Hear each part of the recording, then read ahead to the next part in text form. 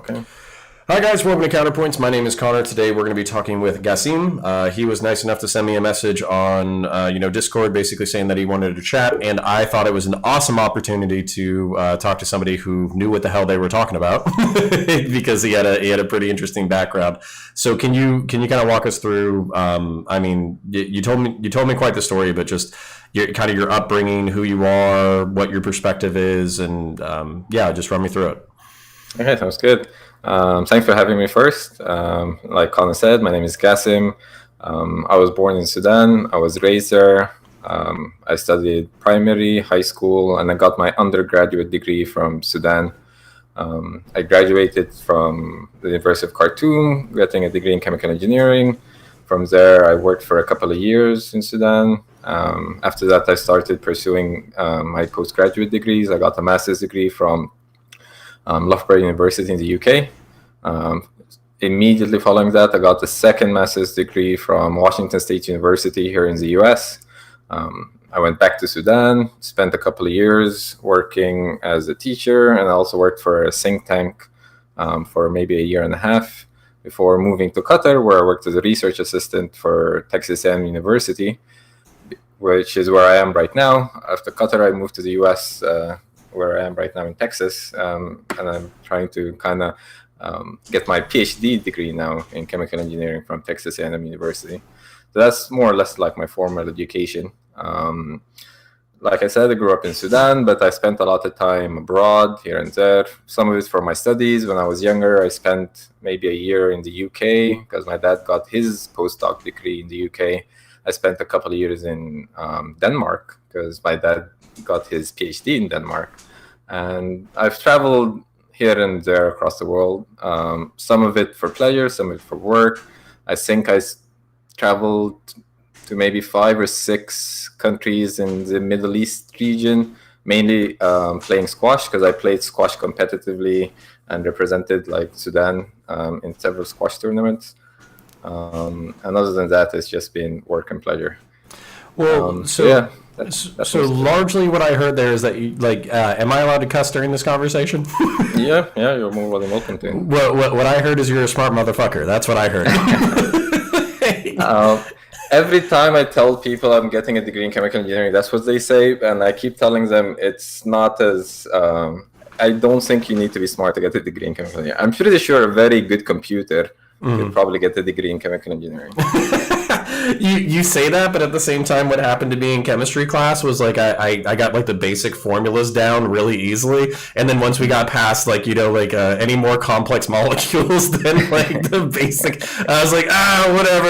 I think the electrons go here. It's fine. Whatever. I'll get I'll get a C. I'll be all right. I'll be the dumb guy of the class. The interesting thing about chemical engineering is, and that's what most people who go into it kind of think, is it's a bunch of chemistry. There's very little chemistry involved in chemical engineering. Yeah. You need to know some elementary chemistry because you're going to be working with chemical reactions when you're doing like reaction engineering, trying to design reactors and so on. But most of the time, it's just mainly physics and math. Nice. Okay. Cool. Yeah, and I have a decent amount of friends and a relative who are all engineers, and I consider them pretty smart people. I mean, like, geez, like your education alone. But just so I can stop complimenting you and we can kind of get into it. I think the reason why I was particularly interested in this conversation was because God, man, even me, I consider myself a smart, well-traveled person. I speak a couple of languages, all that kind of stuff. But even I have probably like some interior prejudice and bigotry and all that kind of stuff when it comes to people from North Africa or even West Africa or the Middle East. Sure. And that was kind of the thing where I'm always trying to find humanity and common bonds and all that kind of stuff. But obviously, in a difficult world filled with violence, sometimes it's hard. It is. And I think that's actually going to be an interesting part of the conversation because I think or I hope we're two people of good faith trying to come together and have a good conversation. But your instinct, I'm presuming, but I'm assuming your instinct and your sympathies are going to lie with the people of Sudan, the people of North Africa, the people of the Middle East, whereas my instincts might lie with Americans and Europeans and, you know, the military and all that kind of stuff, just because of my background. So I think it'll be really interesting to try to hash this out where our sympathies are on opposing views, even if we're trying to have this discussion in good faith. So I said something that could be potentially dumb, but I want to run it by you to see if it's dumb. So I was reading the Quran, and I noticed like the first half of it really like reiterated that like the primary components of being a Muslim. Well, well, let me ask you this first, because I'm assuming stuff. So in Sudan, what's the primary religion? What's the demographic breakdown? What's your experience? What was your religious education coming up in Sudan? Okay, so as you might know, I'm not sure if you do know, Sudan kind of split into two countries around 2011. Initially, we got our independence in 56. We were one big country. I think we were the 10th largest country in the world. But we've kind of been embroiled in the civil war from 56 up until 2011 between like the south of Sudan and the north. So up until our independence, we were, I would say, maybe a 70-30 mix, majority Muslim, 30% is probably like Christian and other like religious views.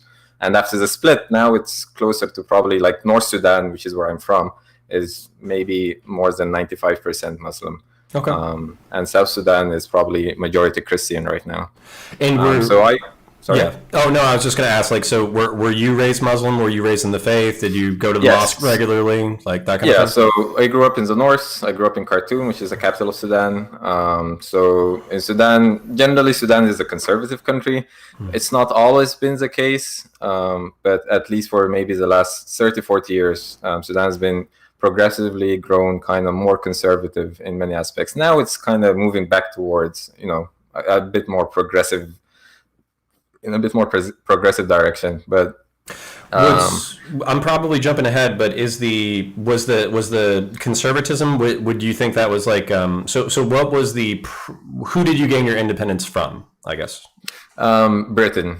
And the Turks. We've been occupied multiple times, but the most recent independence was like from the British colonial rule in 56. And then I guess that's my question. Would you characterize, and like maybe I'm asking too much of a historical question, but would you characterize like the tendency towards conservatism as kind of like an anti-colonial reaction, that it was like, hey, that's not our history, this is our history, this is our culture, you know, fuck the outsider a little bit, we're gonna present our values? Or am I projecting? So I would say at least in part, maybe, but not like that's probably not the main reason. So part of the conservatism is because Al-Mahdi, I'm not sure if you're familiar with the term Mahdi. It's kind of like the chosen one or the blessed one. Is it the Messiah? Yeah, it kind of, in a sense, it is. I think there's a show called The Messiah on Netflix, and I'm pretty sure they also refer to him as Al-Mahdi. The Messiah actually translates literally to Al-Masih, which is the Messiah. Okay. But Al-Mahdi is kind of very similar. But anyway, we had our local Mahdi who spearheaded the resistance to the previous British rule. And that and because he was like a fundamentalist religious person, he gained widespread popularity. And after independence, his family, like I think one of the two big ruling parties in Sudan, one of them is based on Al-Mahdi's family, because you know he grew into a lot of political power, and so did his descendants. And they are somewhat conservative. I wouldn't call them like ultra-religious conservative, but they definitely also influenced like the political landscape in Sudan over like the last 50 years. So I'd say in some part, maybe the anti-colonial reaction kind of went in that direction, but that is not the main reason. I think the main reason is more due to like the global, the regional influence of like Saudi Arabia and such, which is eventually led Sudan down the kind of quite conservative fundamentalist kind of thinking. Because That Saudi Arabia has a lot of it. Used to have much more, but it still has a lot of influence in Sudan. I'm actually like I'm gonna jump ahead again because the and project some shit on here. The I actually thought it was incredibly interesting because like Americans don't think of it like Germans as enemies anymore, even though Hmm. we fought pretty brutal war 70 years ago, and we don't Hmm. think of like the Japanese as enemies anymore, even though we fought Sure. a pretty brutal war 70 years ago. Agreed. Yeah. And I think there's like what came after the war was like a kind of like cultural understanding because we had cultural and economic and social transference Hmm. and like trade and all that kind of stuff. So what I was actually wondering as a participant in the global war on terror, like I'm a former Marine, I got deployed to Iraq, all that kind of stuff. I was actually wondering if like these kind of like cross cultural communications were going to start, where Middle Eastern and North African folk and Americans were going to start communicating with each other, and maybe we would kind of understand each other better in the wake. At least that was my hope. That Hmm. maybe Hmm. 50 to 100 years from now we wouldn't like I don't think of you as my enemy, but like maybe North Africans and Middle Eastern people wouldn't think of America as the great Satan or the devil or whatever, and then we wouldn't think of Middle Eastern or North African people as like our primary like geopolitical threat or whatever. Sure. Yeah, so So I'm not sure if you're aware, but Sudan actually has a very kind of complicated history with the US. Like up until now, Sudan is designated as a state sponsor of terrorism by the USA. Um, I think now they're kind of working on getting it removed. They've been working on it for maybe like the last, let's see, maybe 4 or 5 years. But I don't think a lot of progress has happened in that front yet. We used to have some executive sanctions on Sudan. Those were removed, but the state sponsor of terrorism designation is still there. I think it goes back to a lot of things. I'm sure like Bin Laden, because Bin Laden was in Sudan for a while. That didn't help. I think he lived in our neighborhood. yeah, Um, the, yeah. the Bin Laden kids were playing on your block. They're like, oh, No, hey, actually, Bin hi, Bin Laden himself was Ladens. actually playing in the block. I have one of my neighbors told me he used to come play football with I was with the. unironically about to joke like, "Hey, Osama, you want to go kick the soccer ball around? You want to go play some He football?" did. Like, Apparently, he did. yeah. Oh, So Jesus. yeah, he was there for a while. That didn't help. Apparently, Sudan's government also kind of helped with the bombing of the naval ship. I forget its name. What, That the Cole? Was it the Yeah, I USS think Cole? yeah. Um, that I think was also a part of it. Mm-hmm. So yeah, it's been a complicated relationship, and obviously, like I'm not sure how much you know about Sudan's previous government. We had a revolution last year. We overthrew the previous government after Mm-hmm. like 30 years of like autocratic rule Mm-hmm. by a kind of fundamentalist right-wing Islamic government. And How's yeah, the revolution going? Like, the how's the the aftermath? revolution, the aftermath has not been great. So that's the thing with like right now the current government is pushing really hard to get the state sponsor of terrorism designation removed because Mm-hmm. it's really harming the economy, and it's very hard to make a comeback when the economy is like terrible. So the transitional government right now is already in a very kind of like very unstable, tenuous state. There is a continuous struggle between the old guard and like the new government. There's a struggle between the army and like local militias and like rebel forces. It's just not a super stable situation. And when you add to that all the economic hardships and people are kind of already coming out of a bad economic situation, it's a difficult transition, is what I'll say. Well, and I guess with the West too, like I'm sure Sudan wants to remove like the state sponsor of terrorism thing, but that's probably not our priority. We're just freaked out about COVID-19, and we're just trying to get our own economy Absolutely. back. So like it's like we're not that's not even on the radar as far as like geopolitical consideration. That's what I keep telling everyone. A lot of people ask me because I've been to Sudan. Sorry, I've been to the US a couple of times. I'm an alumni of the Fulbright program, so I'm kind of like a State Department alumni as well, and I interact a lot with the U.S. Embassy in Sudan. Mm-hmm. Um, a funny story. I got called in, but I got called into our national intelligence services because of that one time. But anyway, like you a spy? sorry. No. I was saying, like, did they call you in because they were like, are you a spy? Are you a double agent? Yeah, Are you yeah, more or less. the Sudanese James Bond? Like, Yeah, that's more or less what they were getting at. yeah. But Well, cool. Nice yeah, to meet you, Sudanese James Bond. It's no, I think they thought I worked for the CIA, but I Yeah. told them that's unfortunately not the case. It would be You're like, unfortunately, they would be paying me better if I was sponsored by the CIA. yeah. Oh man, that's funny. Shit. Yep. Well, okay. But So I thought I was going to go to religion first, but honestly, I wouldn't mind continuing with the politics for a minute because I think that's like that's actually how that's kind of how we interact, right? Is kind of like we throw ourselves into the conversation first without understanding like basic fundamentals.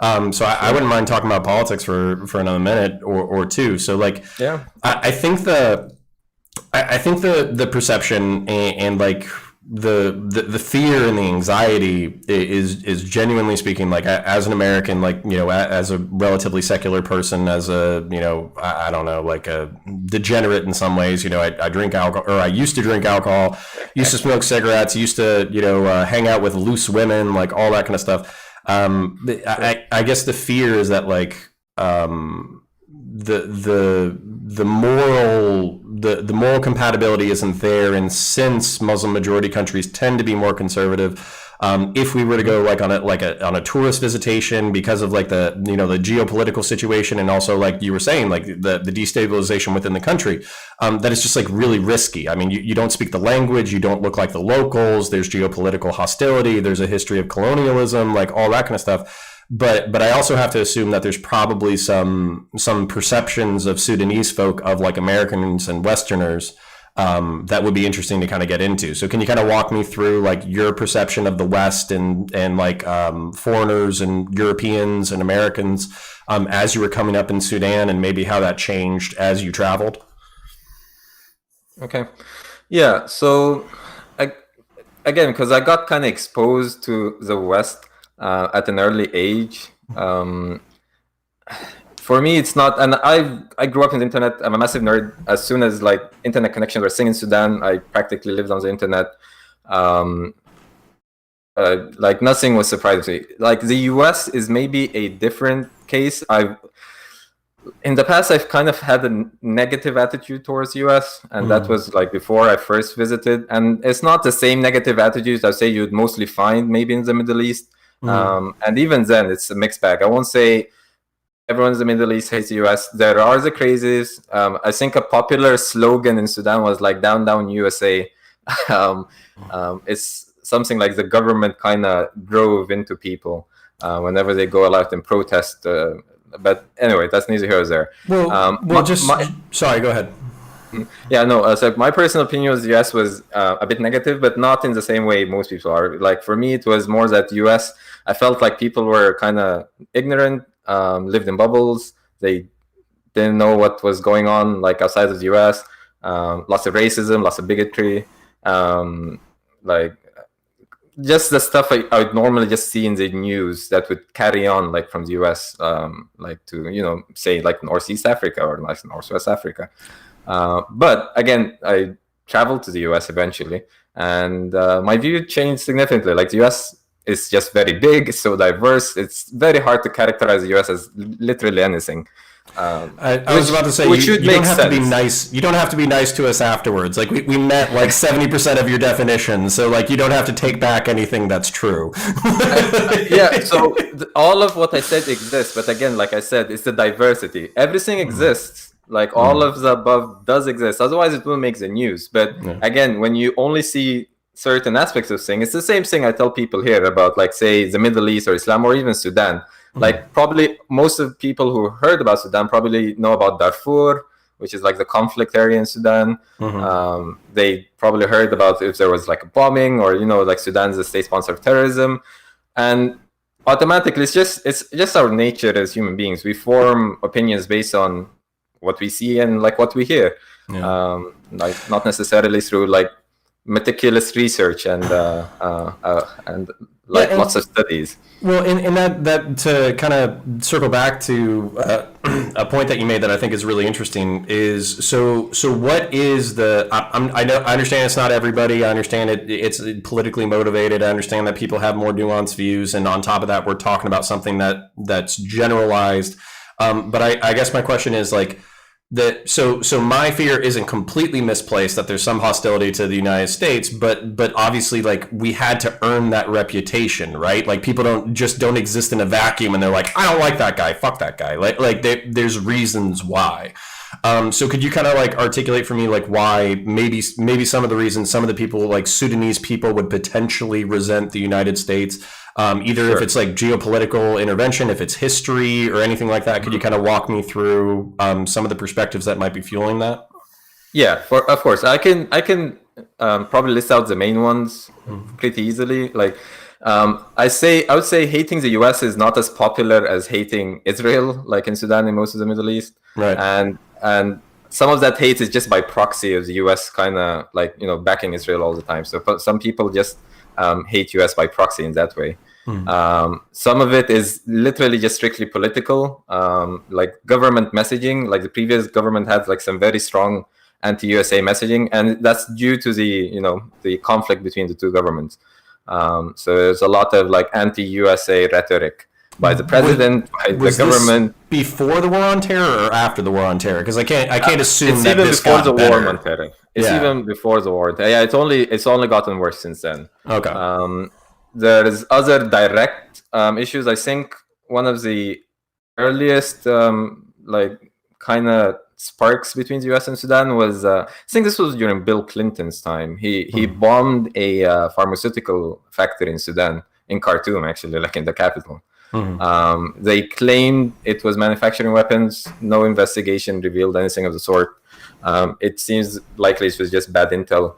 But that was like one of the oldest, I say, like sparks of aggression between the two countries. That didn't obviously help. Like the government already wanted to kind of get the USA hate going, and that did not help like one bit.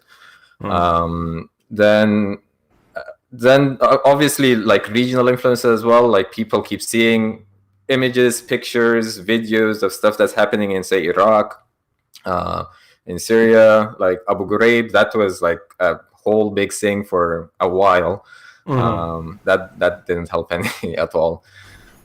So there's lots of that going on. Well, and let me ask this question too, because like this is like my knee jerk reflexive reaction, right? Like I want to come up with excuses for why we do what we do, or oh well, maybe there was this reason why we did that, or this reason why we did that, or let me differentiate this thing or this thing. So I guess, but on like I'm projecting, but let me know where I'm wrong.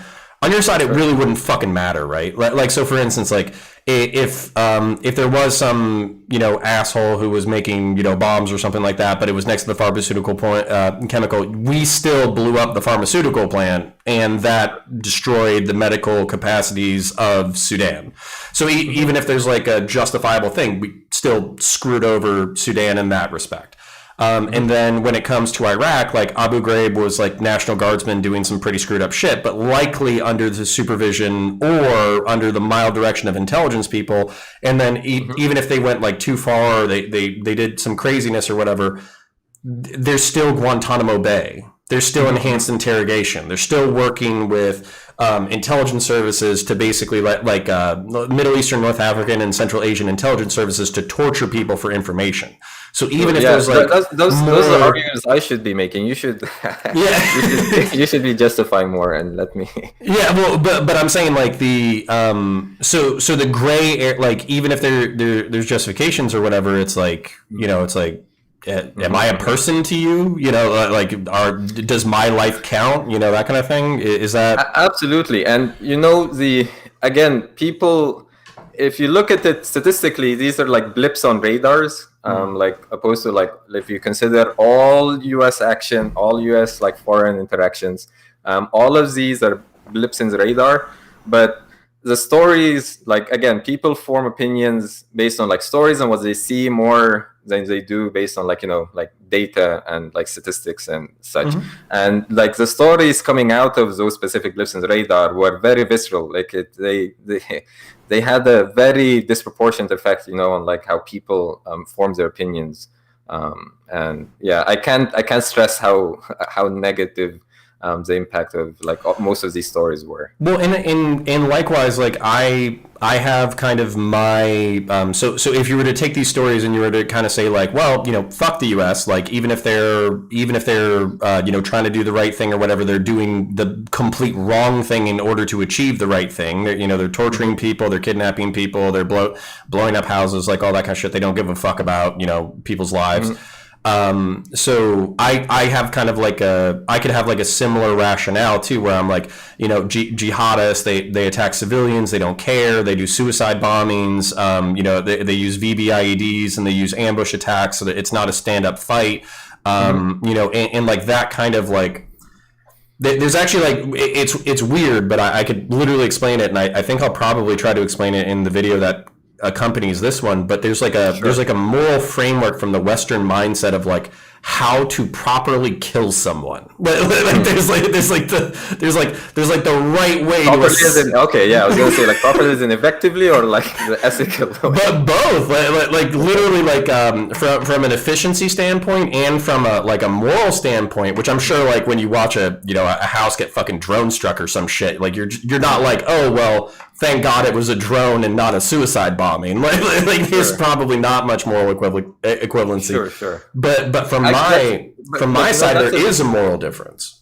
Yeah, and I've had this argument with many people, like whether bombing under like specific like rules of engagement is equivalent to like suicide bombing, and I would say they would both bad, but they're not equivalent. Is the argument I say. Like, if you have rules of engagement, the rules of engagement can still be, they can still have their flaws. They're not necessarily perfect, but they're just not the same thing as, just random suicide bombings. Yeah.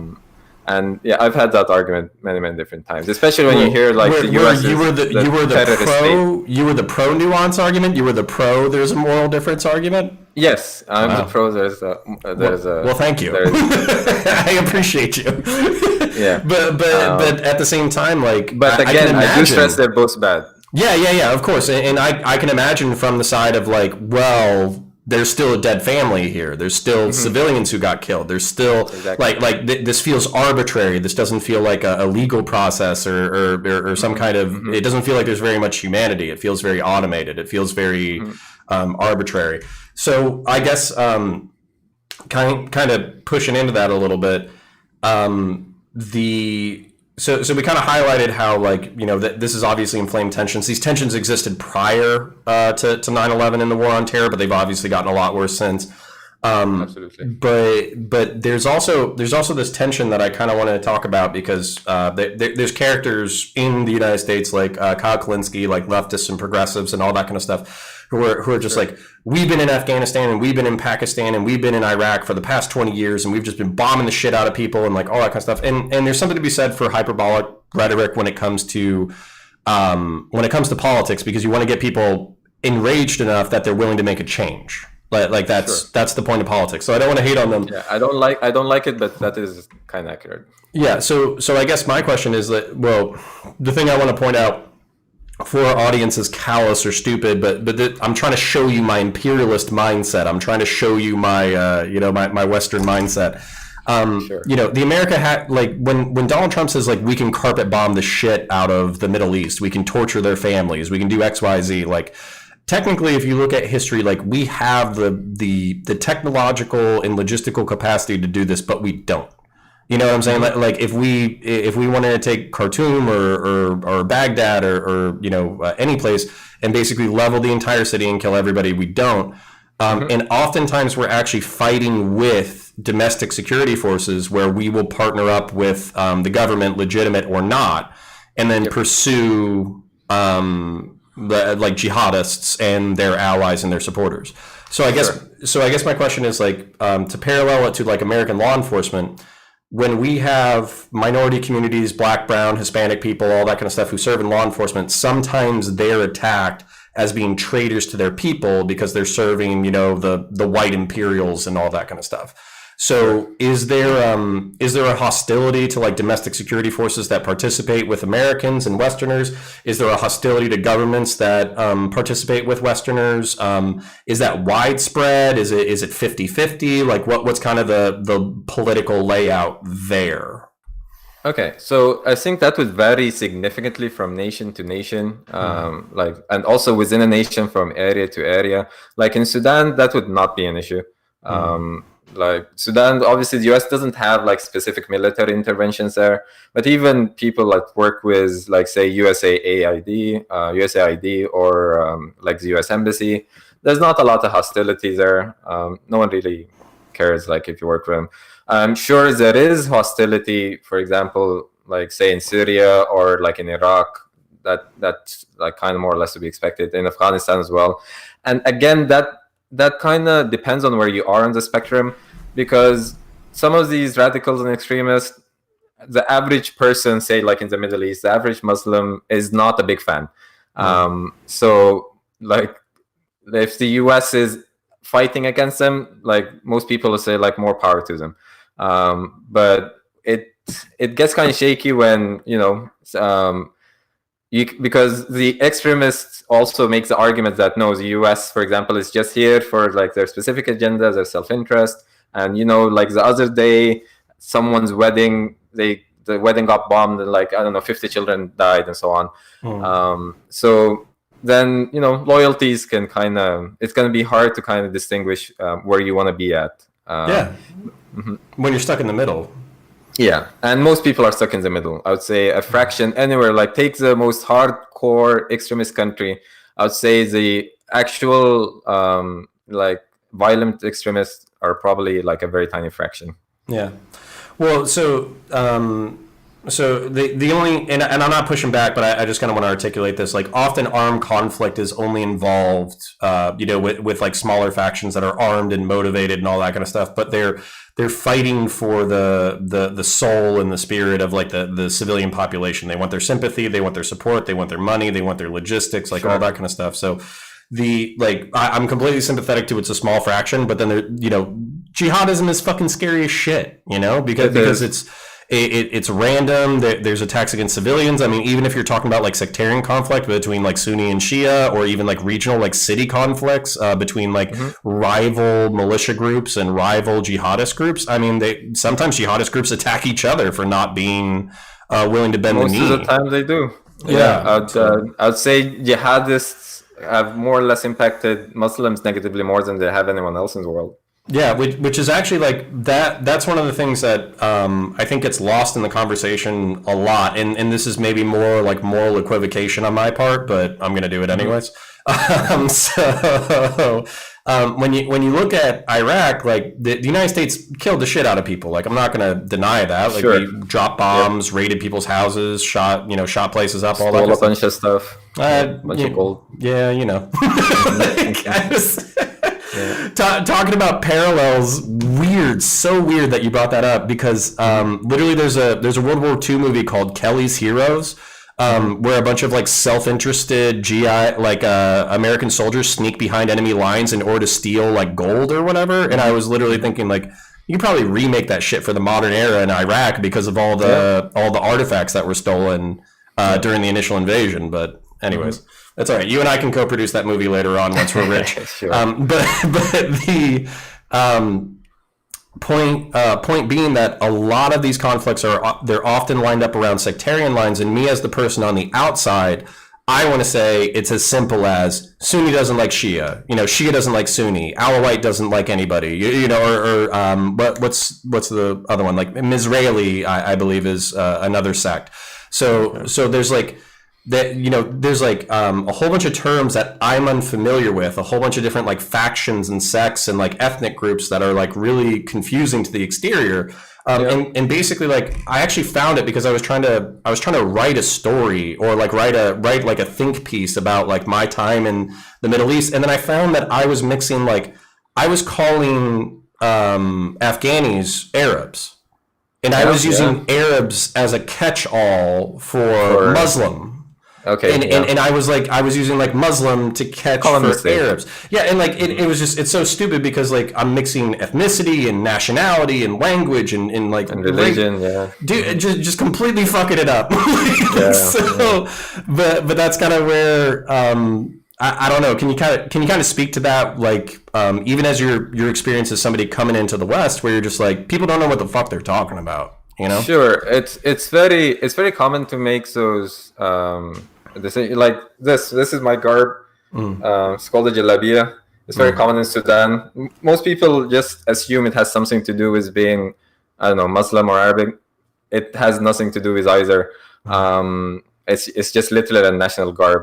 But because it's also the national garb in other places like in the Middle East, which are majority Muslim, that kind of connection is just there. But there are other people who are that aren't Muslim or Arab or anything else. Sudan, I think, is a very fascinating case study for this specific topic because Sudan is in North Africa, but it's not quite as north as Egypt. Like even Sudan right now, I think some people designate it as being part of the Middle East, some people do not. Like if you look at different maps, I think the UN does or doesn't, and the USA does or doesn't. It's generally seen as being in sub-Saharan Africa. But culturally, would you say that it's more related to North Africa just through like cultural and religious ties? That's the thing. It's not. We have a massive identity crisis in Sudan. That's a big part of our own internal conflict, actually, and like it's a big part of why we've had civil wars for over 50 years, which is the identity crisis because we're part of Africa, highly African. If the more you go south, the more you go west, the more pronounced the African influence and culture is, and the more you go north and the more you go east, the more pronounced like the Arabic/Islamic culture is as well. And kind of the middle, like in Khartoum, is a melting pot of everything in between.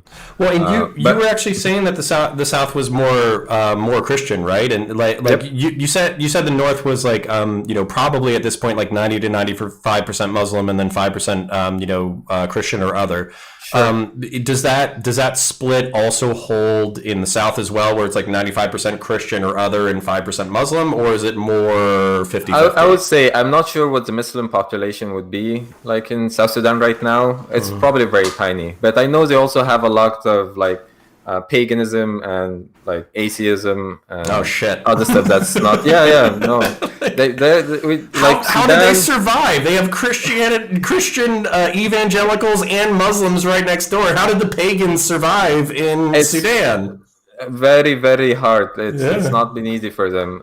They're more or less just marginalized by everyone. Like nobody cares about I would them. They assume probably so, live in like yeah. they more or less live in like tribal rural areas of both Sudans, and That's nuts. nobody cares. That is crazy because like obviously I mean like I was raised as a Christian.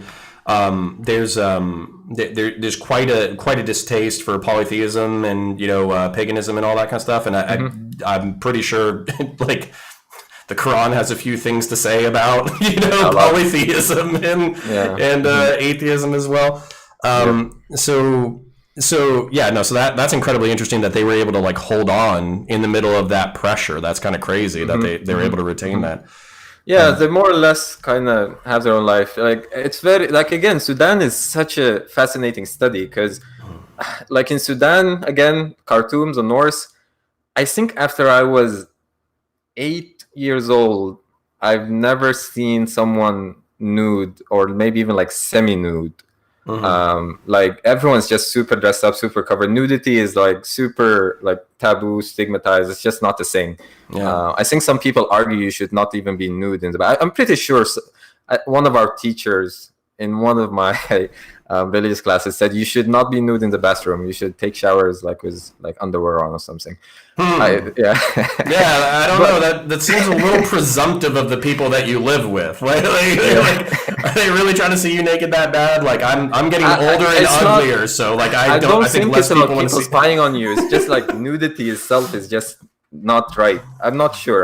I didn't ask him. I just left it off and I didn't really care. Hey, it happens. It happens. Yeah, but at the same time, like some tribes in like even North Sudan right now, if you go to the south, like the borders with South Sudan, you'll see like tribes of people who like literally just wear next to nothing. Like the women are topless.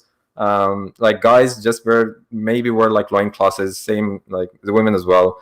So it's just like that dichotomy between just two regions in the same country I find quite fascinating. Yeah, absolutely. Well, I think that's actually I think that's a good transition to kind of get into some of my religious questions. Sure. So I kind of bumped into this concept, and I can't remember if I read it in the Quran or in an exterior article or something like that, but I just kind of noticed over and over and over again, especially in the first half of the Quran, that the concept of like God, like worship God, the last day, and do good works. And I just heard that over and over and over again, God, the last day, do good works, over and over and over again. And I think this was like a historical concept. Again, I can't remember where I read it, but it was kind of like Islam or being Muslim is kind of like it's like the default state of nature. It's like it's the way that humanity was meant to be, was to be in a monotheistic relationship with God. And regardless of whether or not you came after the prophet and you received the message from the prophet, or if you lived before the prophet but you believed in the one true God, you kind of were considered Muslim. Am I lying? Am I making shit up, or is that accurate? That is a prevalent kind of doctrine. Again, so it's very varied. Islam, here's the thing: we don't have a kind of like pope. We don't have a centralized church. We generally just have specific sheikhs or like groups of imams and sheikhs who kind of like to say they have the best interpretations, and you either like trust them or you don't. A lot of people do, a lot of people don't. But the specific doctrine you said is definitely a prevalent one. Okay. Well, and then I guess so follow-up question. I know that in Iraq specifically, like there's like the Hashemite dynasty. There's like a lot of people who are allegedly like descendants from the Hashim, which I think is like the grandfather of Muhammad or something like that. He's some kind of relation. Hashim, yeah. Yeah, and there's like I don't want to say like an obsession because I'm not trying to project, but there's also like there's a desire to be closer to the prophet for a sense of legitimacy. And correct me if I'm wrong too, like for like the Ayatollahs of Iran, like some of them claim this descendancy and all that kind of stuff in order to have that like higher, like we know what we're talking about, we're related to the prophet, like all that kind of stuff. There's like, a lot of prestige and kind of influence you can get from that. I think I think my great granddad, as apparently he was the leader of a Sufi sect in Saudi Arabia, and I think he was also supposed to have his ascendancy traced back to the prophet, and that's just the thing. If you see religious people like leaders of sects or like I don't know, like specific schools like in Islam, they probably want some form of ancestry to the prophet. Well, it provides a lot of prestige, and Well, and so I would love for you to define some terms because I'm going to stumble through them really brutally. But like Sunni, I believe, is like 90% of the Muslims worldwide. It's the more common, basically like structure or sect, if you want to say it. But they're predominantly not like obviously there's pockets of Shia everywhere, but they're pretty much dominant in everywhere but Iran population wise, if I'm correct. The Shia are also very. I think there's a very large contingent of Shia in Bahrain, but surprisingly, they're not in power. Like the ruling family is Sunni, but I think the country is majority Shia. Yeah. And it's the opposite. Like for example, in Syria, where the ruling party is kind of, I think, I'm not sure, like specifically Shia. Or maybe like a subsect of Shia, but it's majority Sunni. Yeah, and that's like the thing. I try to draw parallels back to like European history, where I'm like, oh well, we have sectarianism too. We have Protestants and Catholics, and like Protestants are really hard workers, but they're very boring and kind of like dour, and sometimes they're firebrands because they have their own interpretations. And Catholics are more obsessed with like order, and they're obsessed with like following the rules and like all that kind of stuff. Are there any parallels, or is it just too complex? It's very complex. I'd say like even The problem is the distinctions are also not very strong, again, because we don't have like specific churches, and even the sects themselves, if you ask two people in the same sect, they would probably not believe the same things or follow like the same teachings. Yeah. It makes it really difficult to argue with people, or it makes it easier to argue with people. It's a bit of both, honestly. Yeah. Yeah.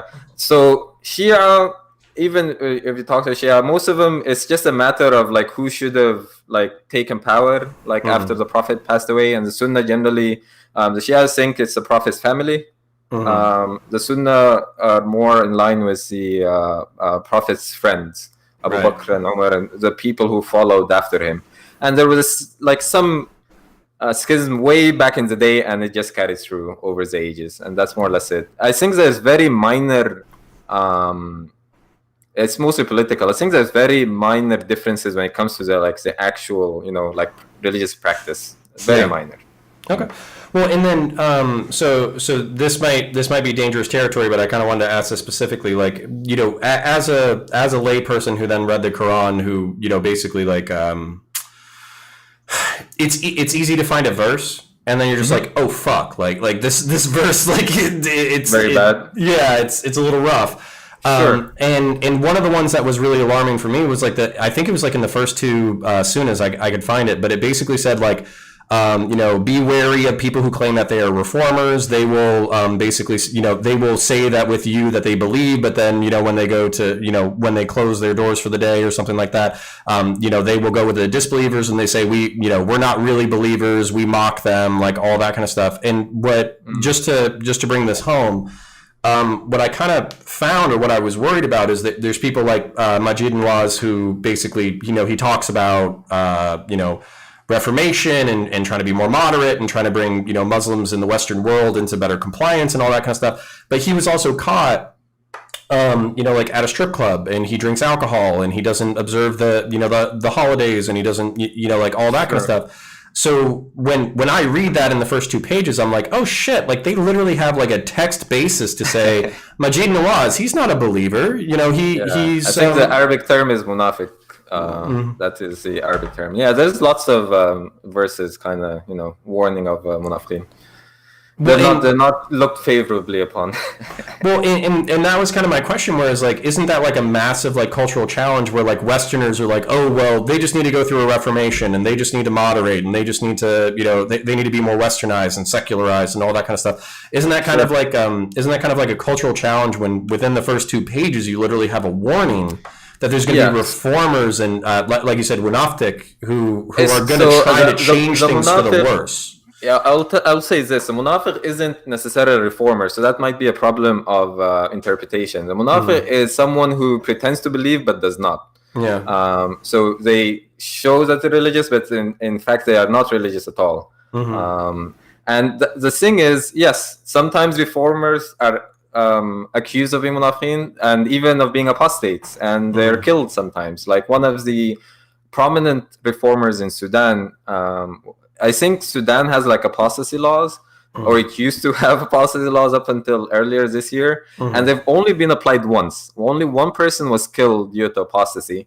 and his name is Mahmoud Muhammad Taha, and he was killed way back, I think maybe before I was born even. Due to apostasy, and because he was a reformer, he had his own. He was a philosopher. He was actually a very smart guy, and he had like a very critical approach to kind of understanding like Islam. He had this. I think one of the things he's most famous for is that the Quran itself can be split into like two schools: Quran al-Madani and Quran al-Makki. Which one of them was based in Mecca when they were kind of still at war and trying to fight. And one of them is Madani, which more kind of governs what normal society should look like once you're not like at war and fighting. And that led to lots of reinterpretations of like when you should apply what parts of the Quran, and people didn't like it, so it was killed.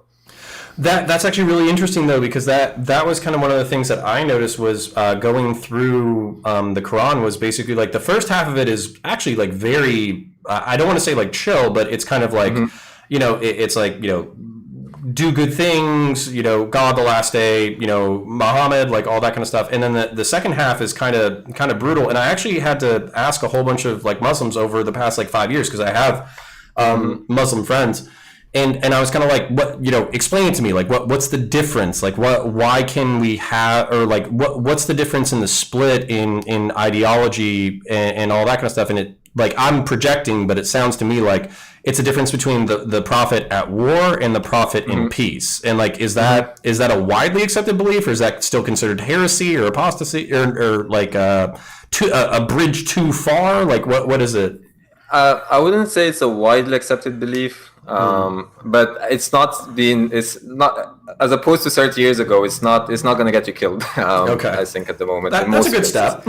Yeah, it won't get you killed in most places at the moment.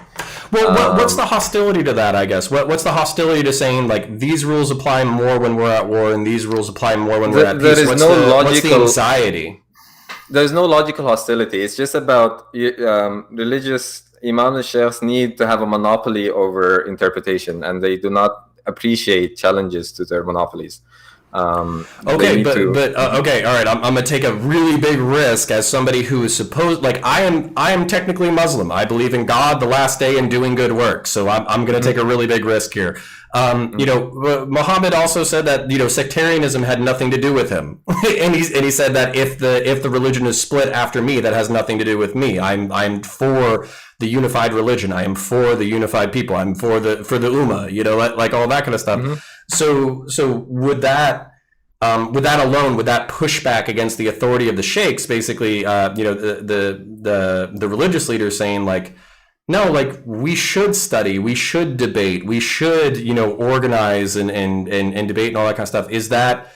Is that alone like enough to like start a shitstorm? Like if I did that in certain sectors of the world, would that alone be like would that be a passionate conversation, or would I get into a fist fight? Yeah, that seems just like maybe a fist fight situation, and only in certain circles. That sounds very like fine. Okay. Especially like these days. Again, there's been a large shift across the like most of the Middle East, most of like Muslim majority nations over the last 15 years. Can you talk about the mental shift? Like, is it technology that's driving it? Is it exposure to exterior cultures? Is it the internet? What is doing this? That is my best guess. My best guess is increased globalization, exposure to the internet. There is, like in the past, for example, where would you get most of your information, especially religious stuff? You'd have to go to your mosque. In the mosque, it was just the sheikh or the imam. Whatever the imam says is probably what's going to go, and that's it. It's not easy to get access to different types of information. Like everyone was kind of cut off. No, like whatever they were told, like if they were told like Jewish people are like devils that just kill random kids in the street every other day, like they probably didn't have any better information to work on. But with increased globalization, better internet, people do have like different sources of information. So not all of it is good, and it improved things, I'd say, marginally, because there's still a lot of garbage on the internet. There's still a lot of garbage to be got at like wherever you get your knowledge or information from. But at least just the exposure, I think, has kind of moderated people significantly. Well, okay, so in 1999, I had dial-up internet. I think I had 56K internet. The modem sounded like shit. It was like screaming, like what's the? Yeah, I remember that.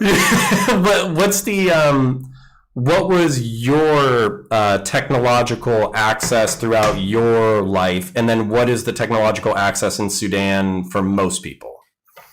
Okay, so Sudan was actually rated as having some of the best infrastructure, like telecommunication infrastructure, a few years back. You bastards! You're probably beating me. You're probably beating me down in Florida. I still have like 30-year-old cable. Yeah. So here's the thing. We don't have super fast internet, but the internet coverage, the network coverage, wherever it is very strong, and it's very widespread. You can get like network coverage in most places in like Sudan. Most places where people live, obviously. There's lots of places in Sudan where people don't live.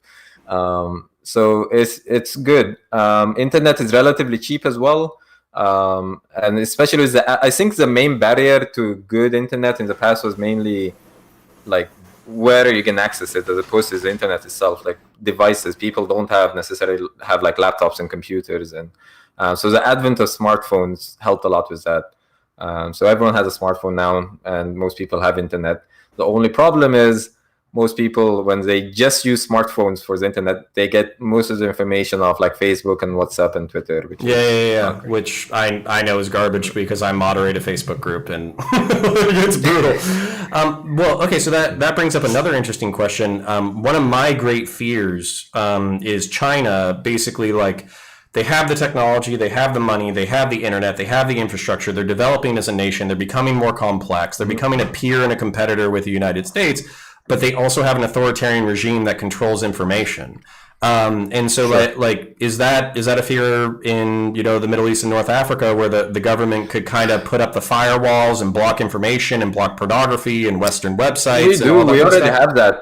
Yeah, I'm pretty sure most countries in the Middle East already have like firewalls for like pornography specifically. In Sudan, I've seen it rarely used for political reasons. I've seen it also used to take away anti-Islamic sites. Not as often as it's done for pornography. I think the main reason is pornography. Yeah. Well, 30% of the internet is pornography, so that's a lot of stuff to fight. Yeah. I've seen it at least a few times where some specific political sites were taken off, or like anti-Islamic sites were kind of blocked off through the firewall. And no one really cares. Most people just use VPNs, and that's it. Like it's okay. Like, so there's easy ways to get past it. Yeah, it's laughably easy. Okay, well, I'm a boomer millennial, so like I'm an older millennial, so I was born with technology, but I don't understand all of it. So like I just click the buttons until the things work. So yeah, that's what new VPNs are. Like in the past, you need to manually set up like proxies like through your browser and such, but now you just press a button on an app and it like kind of routes your traffic and encrypts it like through like some other third party. Nice. When I get big enough, I'll ask for a VPN advertiser. That seems to be the hot thing with all the yeah, YouTubers. I've noticed that almost everywhere. NordVPN, and I can't remember that. Nice. Well, no, and I guess that's my okay. So here's another idea that I think was kind of maybe me just being an idiot, but I wanted to run it by you. It seems like oftentimes with the United States, there's this like we are able to morally justify the way that we kill people. That that's what we do. We say, oh, it's for the greater good, it's for freedom, it's for democracy, it's for whatever, and then we blow people the fuck up. And then we also use the tactics of jihadists to justify our violence even more, because when there's a suicide bombing, when you kill a French teacher or something like that for displaying the prophet or anything like that, sure. That gives us more of a justification to say we're right, you're wrong. It's okay for us to kill people in the Middle East and North Africa. But I was actually kind of thinking about this. Like, if you look at like Crusader history between like Saladin and Richard the Lionheart, there was like a sense of like chivalry, where like we are in competition, we are in a battle, we don't agree on what's going on, and we do have like existential questions that don't line up. But there was like a code and a chivalry and a sense of decorum and like all that kind of stuff. I mean, this could be all be bullshit, but that's the myth. That's the myth. Well, yeah, that's even the myth that we're taught as well. Like, but again, not a historian, but yeah, the tales of Salahuddin, as we call him, is that he used to be very good with the prisoners of wars. Like they had like very like strict rules of engagement on like how you can and can't engage like with the enemy, and what you can do and can't do. For example, if someone surrenders. And most of the time, they're supposed to have treated the prisoner super well and fed him and keep him like safe and good and everything else. Again, not sure myth or not, but that is what we're also taught. Well, so here's my question: is like I'm trying to figure. I think culture and pop culture like really do drive society. I think the conversations we have matter, and that's what I was kind of wondering. It's like, this is a random tangent, but just humor me.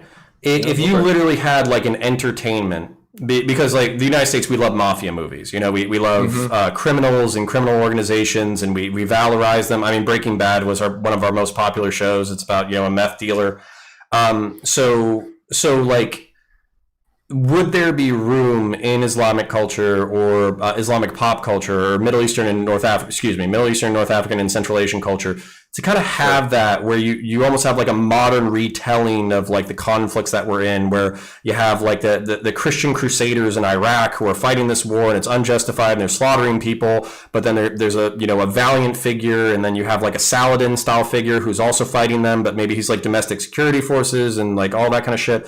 And then like you have the bad guy, the rogue, the guy who doesn't follow the rules of war, but he's justified in it, and he's a complex character, and like all that. He's motivated correctly, and like all that kind of shit. But at the same time, he does evil shit in the name of good stuff. Like, is there enough nuance in the culture for that? Is there enough like room in the world for that dialogue where you could have like fictional characters setting controversial events, presenting moral dilemmas and moral questions, or is it completely out of the question? Is it taboo? Is it not even, don't even bring up the subject because it's so painful that we can't even breach it? No, so I think the only parts that would be super taboo are things that would directly kind of get people's religious outrage kind of going. Other than that, I think kind of these type of normal moral dilemmas should be more or less fine. Like, for example, I remember, have you heard, I told you there's a show called Messiah on Netflix. I thought it was a brilliant show. I love that show. I really hoping they bring season 2 back. I think it was canceled after season 1. But there was a whole big controversy in the Middle East regarding it. I think it was barred from at least a couple of countries. And not necessarily due to some deep moral dilemmas it presented, just because people didn't like the religious portrayals it had in it. The guy is claiming to be the Messiah, and it kind of he wasn't super happy with like how Islam is right now, and like mainstream Islamic views, and that it was seen as an attack on Islam itself. So people were not happy. Yeah, which like. Yeah, that makes a shitload of sense. So, and I guess that's like where it would be really tough, but you could skirt the line hypothetically. Absolutely, I think it's very possible. Everybody could be a principled, devout character who believes in what they're doing, who aligns with their religion, but they justify the terrible. Like even the Christian characters can justify terrible things. And then actually, this is another interesting thing, because I know. So, for instance, like. Some Americans in the military, some of my friends even, they embraced the term infidel or kafir, as a label, because they in turn were called kafirs or infidels by jihadists. Can you pronounce it for me again? Kafir or kuffar. Kuffar is plural. Kafir is singular. Right. So, but. Realistically, like a lot of these people were devout Christians who I knew. You know what I'm saying? And so they're adopting the term infidel, even though they're like devoutly religious. And like I know, and it's just wrong. Can you explain that? Because that. Correct me if I'm wrong, but isn't like infidel like disloyal to God, disloyal to religion, disloyal to your faith? Like, is that the concept that's wrapped up in kuffar? Kafir is like. Absolutely. So kuffar or infidels or kafir singular is probably like the worst thing you can do. Maybe mushrik is the only other. Mushrik means like you believe in multiple gods. So being kafir or being a mushrik are like big no-nos. And here's the thing, even most people in Islam, again, there's a very tiny minority that that actually do agree that your friend are kuffar. But the vast majority of Muslims do not see Christians and Jews or Jewish people as kuffar. They are known as Ahl al-Kitab, or like the people of the book. And they are absolutely unequivocally not kuffar. Right. So let me ask this as a follow-up question, because this is also really interesting to me, because the United States is secularizing. Western Europe already secularized to a significant degree. A lot of populations are seeing that they're either apathetic about religion, or they're not religious at all, or they're atheistic. How does this fit into? So you said mufrik, and you said kuffar. Mushrik. Yeah, mushrik and kuffar. Yeah, so in the hierarchy, is it polytheists at the bottom and then atheists above that, and then like what's the hierarchy of like belief and moral objection and like all that kind of stuff? Like what's how does I it think work? again, yeah, it's probably not definitive. It will be different for different people, but atheist is probably the worst because it's they see it as being both stupid and like ungrateful. um, so like not only are you ungrateful like because you don't believe in God, but you're also stupid for not believing because like obviously the world can't just have existed out of nowhere. So if you're mushrik and you believe in multiple gods, then I guess you're ungrateful and only slightly less stupid because it makes more sense to believe in multiple gods than none. Yeah. And then there's all other types of religions. Then there's Ahl al-Kitab, which is like Jewish people and Christians.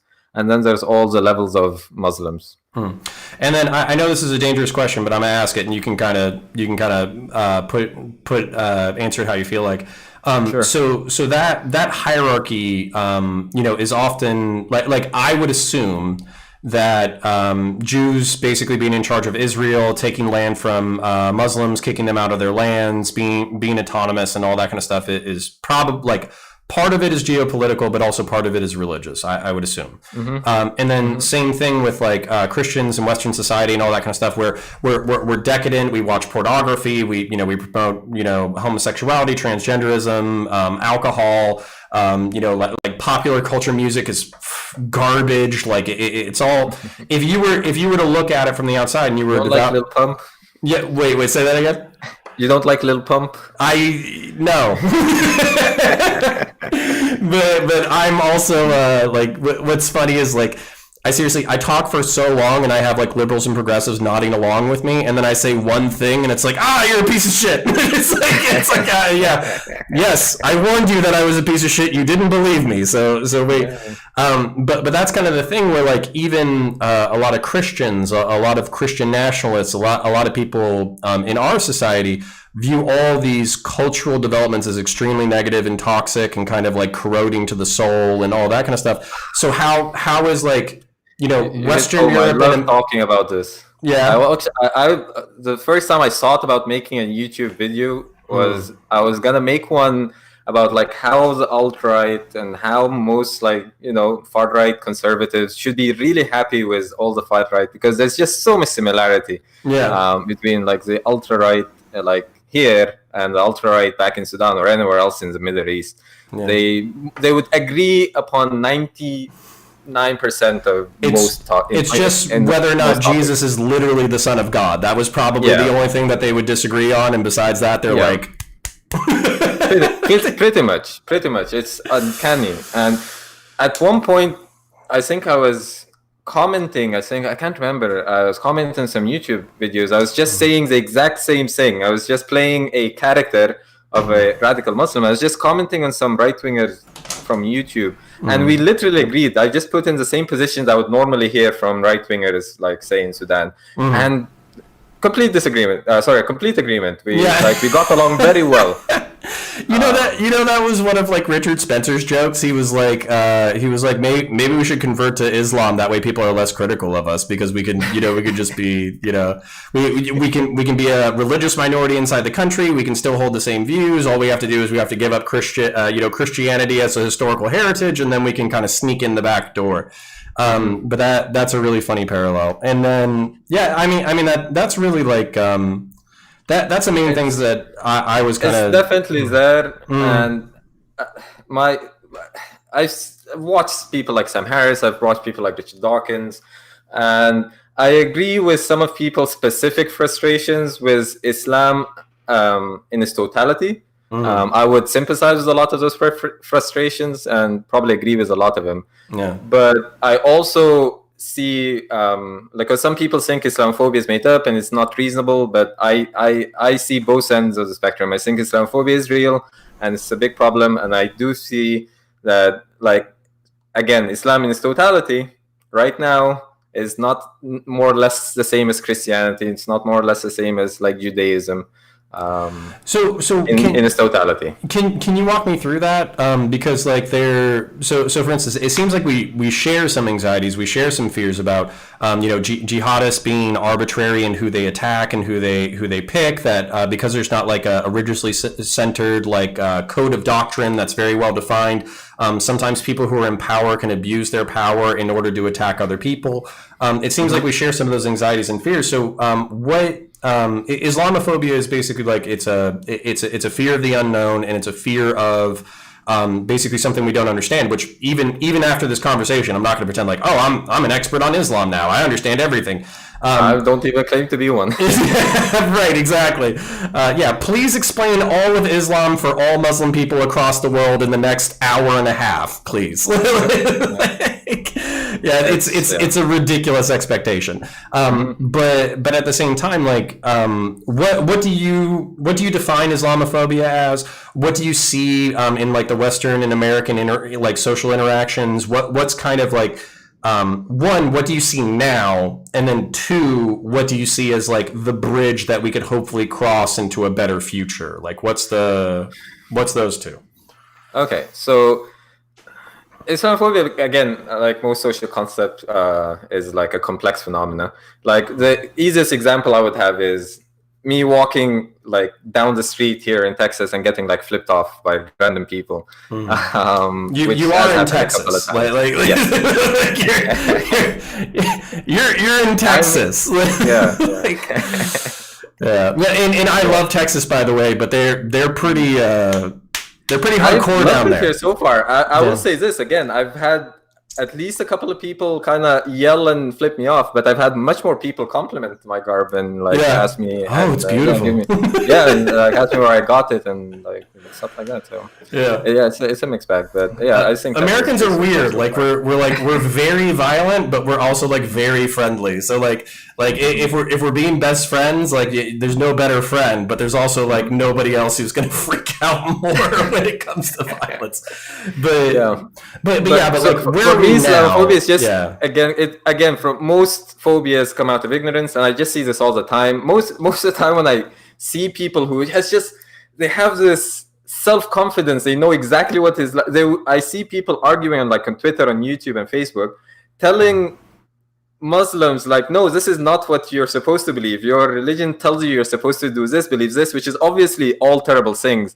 So you have to believe these things, and you're a terrible person. Why aren't you believing these terrible things that I know all Muslims believe? Yeah. And there's just so much of that. Like it's insane how many people think they know exactly what Islam is and like how it works, and think just there's this one singular Islam that all Muslims need to adhere to or do adhere to.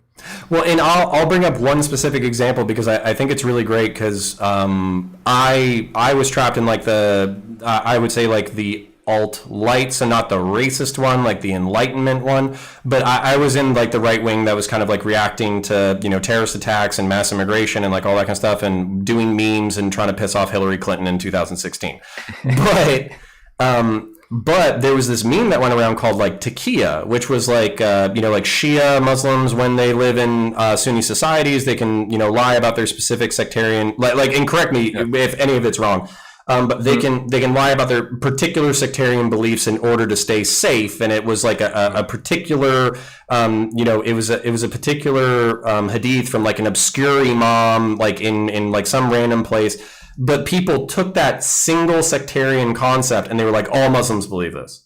Like whenever a Muslim says like Islam is a religion of peace, they're lying to you because they don't want to get in trouble. Like whenever they're describing their faith or their politics, they're lying to you. I remember this making the rounds on the internet at some point. And and I even, when I told you about the comments I had, I think Majid Nawaz has been accused of this a lot of the time. Yeah. And it's just the weirdest distortion I've ever seen. Because there's just there's no concept. I've studied Islam for, let's see, 11, 12, 13, like maybe 14 years. And and again, I told you, they take Islam very serious. We had to have 4 lessons a week, all through like high school and like primary school, and twice, I think, in college. Never heard of this concept. I know there is one thing. If you are under duress and you have to lie to protect yourself, that is allowed in Islam. And it goes back to when they used to be torturing, like the Prophet's friends and having them asking if they were Muslim. The Prophet told them, you can lie to save yourself, and that's pretty much it. And now and people have taken it to mean like you can just lie about anything as long as it advances the Islamic cause, which I've literally never heard of. I'm gonna give you like a fucked up side note, but I think it's incredibly interesting. So the enhanced interrogation, which is basically like the American torture program or whatever. I think it was Khalid Sheikh Mohammed. Who basically, like, after a while he did break and he did end up giving some information. And allegedly, okay, this could be bullshit. I have no idea. I just, read it in a book or heard it from, like Donald Rumsfeld or some shit like that. But he basically said, like, specifically, if you want information from jihadists, you have to torture us. Because if you don't torture us, we don't have to give you shit. But if you do torture us, then there's basically what you said, where it's like under duress, we're allowed to, basically lie. Although that lying in order to protect yourself seems a little bit different than giving up the information for your pals that's going to get them killed. So maybe Khalid Sheikh Mohammed just gave them a whole bunch of bullshit. Like maybe he lied to them and torture doesn't work. Very I have no idea. It's the easiest thing to do if you are like, again, studies have shown most of these types of interrogation do not yield credible or good information. Yeah. They either yield lies or yield nothing at all. And it's the easiest thing to just lie. Like, it will take time for them to verify any lie like you want to give. Yeah, and at least that stops your pain for right now. Exactly. Until they figure out the bullshit. And that's the thing. You know who lies most under torture? Like, people who didn't do stuff. Like, if you're forced to admit something, you just gotta lie to get the pain to stop. Because, like, just say whatever. What do you want me to say? I'll say that. Right. Yeah. That's damn. No, and like obviously we've both heard these ideas before, but it's also like it's interesting because like these aren't like oftentimes I find myself in like the privileged position where I get to debate politics, but the politics don't affect my life. You know what I'm saying? I'm white, I'm middle class, like all that kind of shit. I was a police officer and a military veteran, and like obviously I'm an American, so this affects me. But at the same time, like if I didn't want it to affect me, if I just wanted to go to a nice school and go to a nice suburb, I could have and avoided all this bullshit. So I feel privileged sometimes in that respect, but also like these conversations are very important because they actually affect the real world, and very smart and powerful people are making decisions on the world stage that are related to the exact concepts that we were talking about. We had Americans, supposedly like the freest and strongest and bravest country in the world, arguing for torture. You know, and like how mind blowing is that shit? Yeah, I know that was not a good look at all. Yeah. I don't know if you know this, but torture is not a good look. Yeah. I think I started using that term after watching a few of Counterpoints videos. Yeah. Not a good look, sweetie. Yeah. Not good. Yeah, but so. Okay, so here's an interesting question, and then we're getting we got like 10 to 15 minutes till the hour and a half mark, and I think that would be good, just because my neck's hurting me. But that's an interesting point. So Donald Rumsfeld and people like him would argue that enhanced interrogation and torture would be valuable in order to get jihadists to confess to information and blah blah blah. But how much do you think that Abu Ghraib, Guantanamo Bay, America breaking its own rules in order to prosecute the war on terror, how much do you think that like affected global perception of the United States of America, specifically in the Middle East and North Africa? Oh, it did irreparable damage. Like up until now, I know it's brought a lot. Whenever there's any discussion on like the USA foreign relations, whenever it comes to like moral stuff, human rights, anything of the sort, it's just brought up, and it's like, yeah, like obviously they care about human rights. This is what caring about human rights gets you. The people who torture people and blow up weddings and drone strike families and all that kind of shit. Like, who are you to lecture us about what's going on? Yeah, pretty much. That is it's just like now cudgel anyone who wants to argue against the US just brings out whenever they need like a good cudgel to kind of like hit an And, opposing and argument. how are you going to argue that as a person who's looking for nuance? Like, oh, well, it turns out torture is, it can be okay, or drone striking weddings, they just made a mistake. Like Jesus, like that's a pretty hard position to fight from. It is. Making a position of someone making a mistake is very hard. But even harder is like, because mistakes are, in the moment. But like Abu Ghraib is even harder to defend, because it's not just saying like someone snapped or aimed something the wrong way a bit, or it was just like a bit of falsehood. It's like it was an extended period of time. It was like a systemic thing. And to an extent, it's still happening. Yeah, I'm sure it is. I haven't seen anything recently, but like and by that I just mean like I think a few years ago there was a raid against Al Qaeda in Yemen, and I think a young girl was killed. There was the American. I don't want to misuse the term, but I think the imam, who was like an American citizen, and his son was an American citizen, and we ended up killing the son in a drone strike and like all that kind of stuff. And it's and that's I've seen that in the news somewhere. Yeah, that was I forget his name. He was really big, but basically he started out as like a pacifist moderate, and then he actually became one of the main people for like Al Qaeda's propaganda wing, or like ISIS's propaganda wing. And then he was killed, and then his son was like in the area or something like that. And then his son was killed, and it was during the Obama administration. And they were wondering like how legal that was, because they basically extrajudicially killed an American citizen without a court date. And it's like, how many of these laws are we going to break? And then also like our own standards. And then in the age of Trump, when you have somebody who doesn't give a fuck to begin with, the fact that we bent and broke all these laws to start is not a good position to have a lunatic in when he has that much power, No, that's definitely not a good look. And it's not just not a good look, it's probably not good, like in reality as well, in terms of like actual consequences and impact. And like when I speak about this cudgels and propaganda and people like ISIS and other extremists like kind of weaponizing these stories, is obviously not to justify it. Like say the US tortured a bunch of people, that's not obviously not justification to go and randomly kill innocent people somewhere else. But are we making it worse? Are we making it worse by saying we don't give a fuck the rules, we'll just do whatever we want, and then they can deal with the consequences? It's like, why would anybody respect what we said? Why would anybody want to play by the rules if we're not even playing by our own rules? Well, it's just an argument to say that you shouldn't make violent extremists kind of a case easier for them to make, and also you shouldn't make it very hard for people who want to argue for your cause to make those arguments. Yeah. Well, and then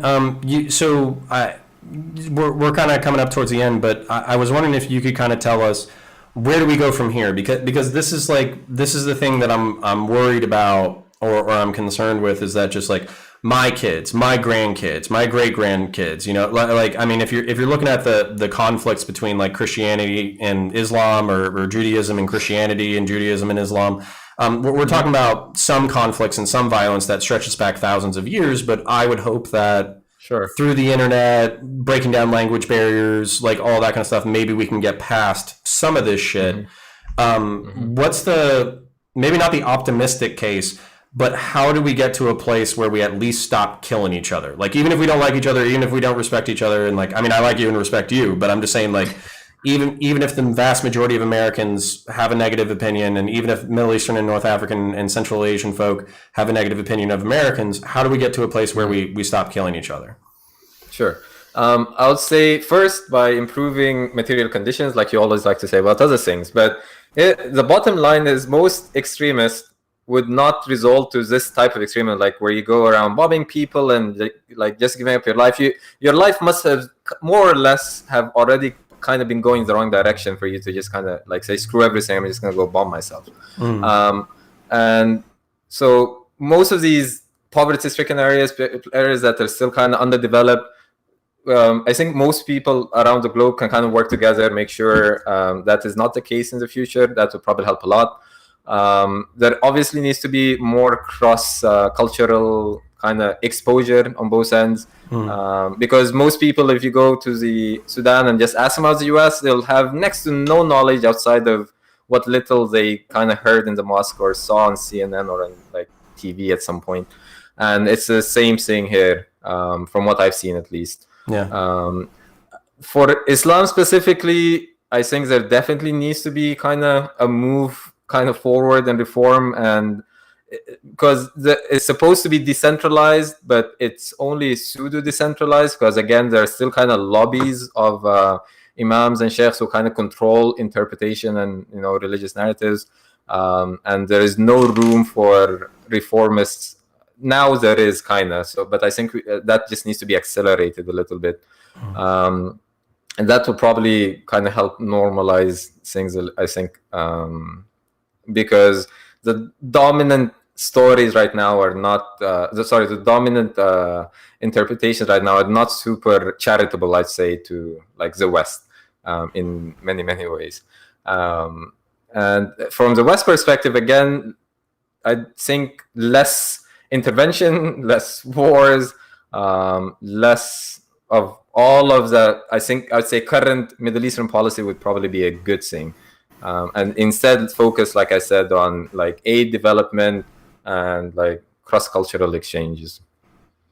No, I like it a lot. You might see me. So if you're ever offended by something that I say in the future, I kind of like concede like 90% of the argument before I even have that conversation, where I'm like, material conditions, right? Like extremist ideologues, if you're talking about the alt-right, or if you're talking about jihadists, or if you're talking about like inner city criminal gangs, or even like rural criminal gangs, they're often recruiting from people who are either spiritually, physically, materially deprived. They've had a bad life, they've had a rough life, and it gives them easy recruits.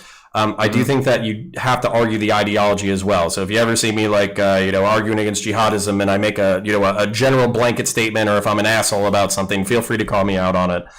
Sure. But no, I really do value. I sincerely value this kind of conversation, because I think a lot of the internet. Think about like my favorite internet debate figures, Vosh, Destiny, like all that kind of shit. Like there's room for blood sports, and it's entertaining, and it's beautiful, and it gets great metrics, and it's all that kind of shit. But like, absolutely, I don't think like I didn't know that much about it. Doesn't Sudan. sway opinions as much. Yeah, well, exactly. Yeah, you can only get so much information out of that. Yeah, and like I don't know that much about Sudan. I learned a shitload in this conversation, but it's only 90 minutes long, which is not a long time. You have like 14 years of specific religious education. I think we probably talked about it for maybe a half hour. I doubt you could get 14 years of knowledge conveyed to an audience in a half hour. And that's where I'm kind of hoping to, like, I'm trying to push, this channel and the conversation and internet dialogue in general, where we're looking at smart people like yourself who have 7 degrees, traveled the world, speak a couple of languages, like, yeah, like that's fucking nuts. So, I appreciate your works. I enjoy actually watching your videos. I do like both types of like content. I do like the debates. I do like the discussions. I think each has like its own moment. And it also depends on like what you're trying to do in each one.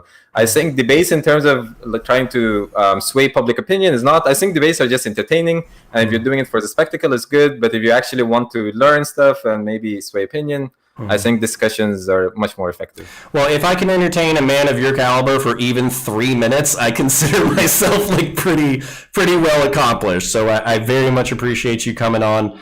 Well, thank you for having me. Yeah, it's been lots of fun.